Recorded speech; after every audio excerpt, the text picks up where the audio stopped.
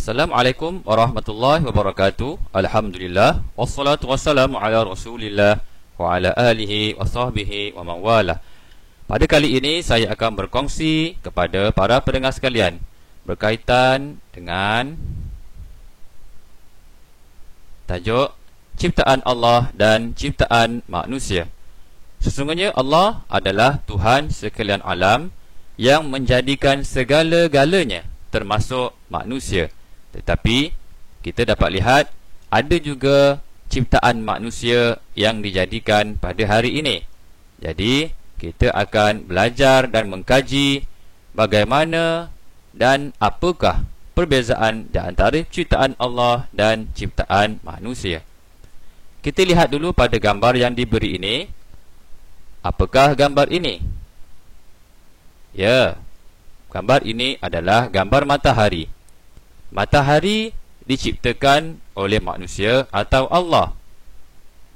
Sudah pasti kita akan menjawab matahari adalah ciptaan Allah. Lihat pula pada gambar yang kedua. Gambar apakah ini? Sudah pasti jawapannya adalah bunga. Bunga diciptakan oleh Allah atau manusia?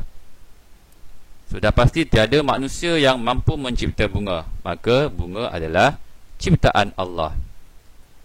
Lihat pula pada gambar yang ketiga. Gambar apakah ini? Sudah pasti jawapannya adalah gambar kereta. Siapakah yang menciptakan kereta?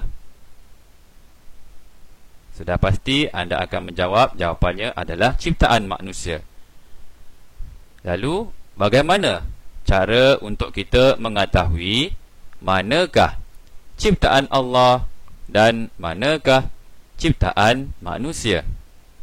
Kita lihat pada perbezaan yang dinyatakan ini, perbezaan di antara ciptaan Allah dan ciptaan manusia. Ciptaan Allah yang pertama adalah boleh bergerak sendiri. Yang kedua, ciptaan Allah adalah bernyawa. Yang ketiga, ciptaan Allah boleh membesar. Yang keempat, ciptaan Allah boleh membiak. Dan yang kelima, ciptaan Allah boleh bernafas. Jikalau ada ciri-ciri ini, maka ciptaan tersebut adalah ciptaan Allah.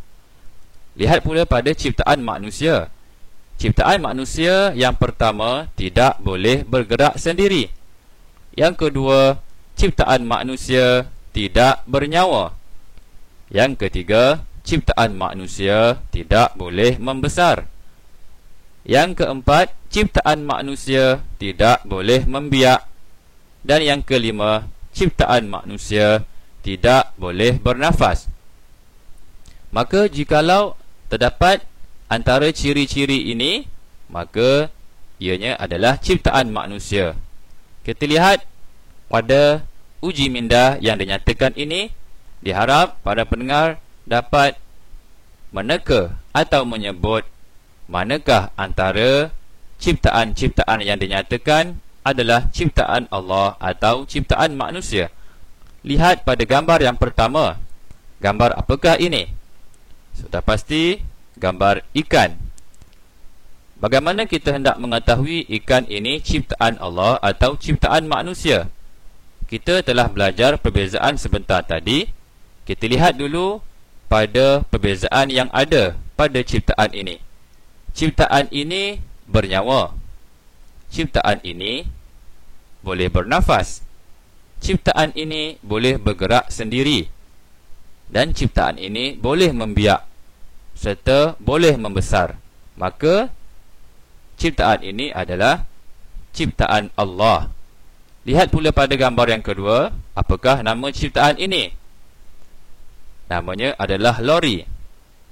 Kita lihat dan kita kaji, adakah lori ini bernyawa? Sudah pasti jawapannya tidak. Adakah lori ini boleh membesar? Juga jawapannya tidak. Adakah lori ini bernafas? Juga jawapannya tidak.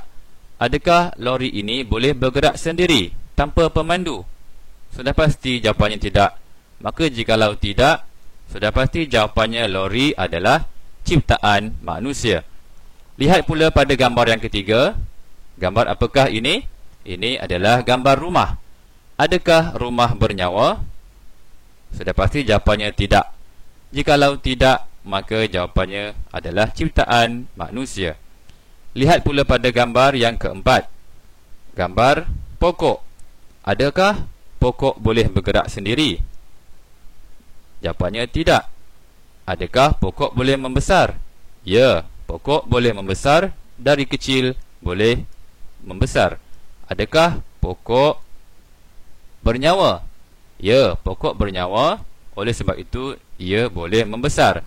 Maka jikalau boleh membesar dengan sendirinya, maka ia adalah ciptaan Allah. Lihat pula pada gambar yang kelima. Apakah nama ciptaan ini? Ini adalah gambar bulan atau planet. Bulan atau planet ini adakah boleh bergerak sendiri? Ya, dia boleh bergerak sendiri tanpa ada manusia yang boleh menggerakkannya. Adakah bulan ini bernyawa? Adakah bulan ini bernafas? Maka jikalau jawapannya kita dapat ketahui daripada ciri yang pertama, iaitu bulan ini boleh bergerak dengan sendirinya, iaitu dengan kuasa Allah. Maka bulan adalah ciptaan Allah. Lihat pula pada gambar yang terakhir. Ini adalah gambar kasut. Adakah kasut ini ciptaan Allah atau ciptaan manusia? Kita nilai kasut ini, adakah ia bernafas? Adakah kasut boleh membesar? Adakah kasut boleh bergerak sendiri? Jikalau tidak, maka sudah pasti kasut adalah ciptaan manusia. Maka dengan uji minda yang dinyatakan ini, diharapkan para pendengar dapat membezakan manakah ciptaan manusia dan manakah ciptaan Allah. Sekian, sehingga bertemu lagi. Mudah-mudahan para pendengar dapat membezakan ciptaan Allah dan ciptaan manusia. Namun hakikatnya segala-galanya adalah ciptaan Allah Subhanahu wa ta'ala. Assalamualaikum warahmatullahi wabarakatuh.